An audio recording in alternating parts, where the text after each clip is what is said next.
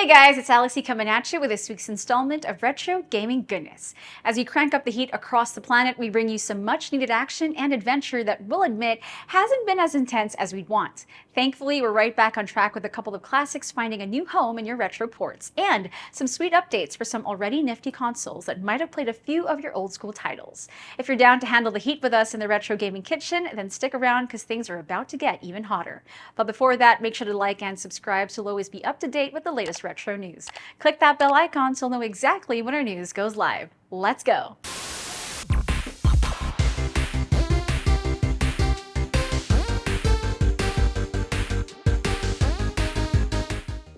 We're getting a breath of fresh air for the MSX1, and TheGeps are the one providing that cool breeze with some collaborative effort thanks to BitCaf and Tony Mangalvis. We just got some work-in-progress footage for a port of the 1990s classic Turrican. Old-timers will remember its original release in 1990 by Rainbow Arts, plus the great shooting action, the explosive weapons, and smooth, timeless gameplay. As a work in progress, we've yet to know a release date. That being said, TheGeps and company can tell us that this Turrican for the MSX1 features a top-notch soundtrack, some rotating laser collisions, some tweaking for enemy movements, and improved bullet collision. Absolutely sweet. Once some new updates drop for the MSX1 Turrican, we'll make sure to keep you guys posted. Next up, we got less of a port and more of a conversion. Still, it doesn't make it less of a classic. The all-time favorite platformer and broadbound baby Prince of Persia has been successfully converted over to the Commodore Vic-20 by Pedro Bermejo. Old-school side-scrolling purists rejoice. Since 1989, it's seen a lot of variations and spin-offs. More recently, a homebrew port for both the Atari XL XE and Sega Mega Drive. Pedro decided to make one for the Vic-20 this year, and it's inspired by the ZX Spectrum version, with a few differences, of course. With a few workarounds due to memory limitations, the running and sword fighting might not be as smooth as one you would expect.